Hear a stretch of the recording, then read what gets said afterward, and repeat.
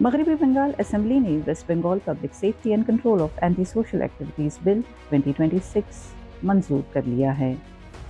بل کے حق میں 176 اور مخالفت میں 41 ارکان نے ووٹ دیا ہے۔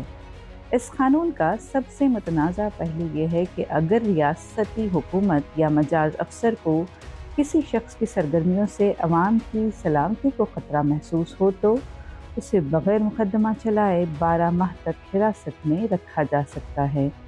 بل کے مطابق اس قانون کے تحت درج تمام جرائم میں پولیس بغیر وارنٹ کارروائی کر سکے گی اور ملزم کو آسانی سے ضمانت بھی نہیں ملے گی، چاہے بھارتیہ ناگرک سرکشا سنہتا 2023 میں کچھ بھی درج ہو۔ حکام کو تلاشی، ضبطی اور اینٹی سوشل سرگرمیوں سے متعلق املاک اور دستاویز ضبط کرنے کے اختیارات بھی حاصل ہوں گے۔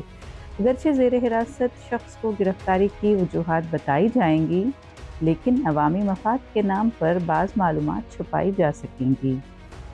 بحث کے دوران وزیر اعلیٰ سویندو ادھیکاری نے ترنمول کانگریس اور CPIM دونوں پر سیاسی تشدد کا الزام لگایا۔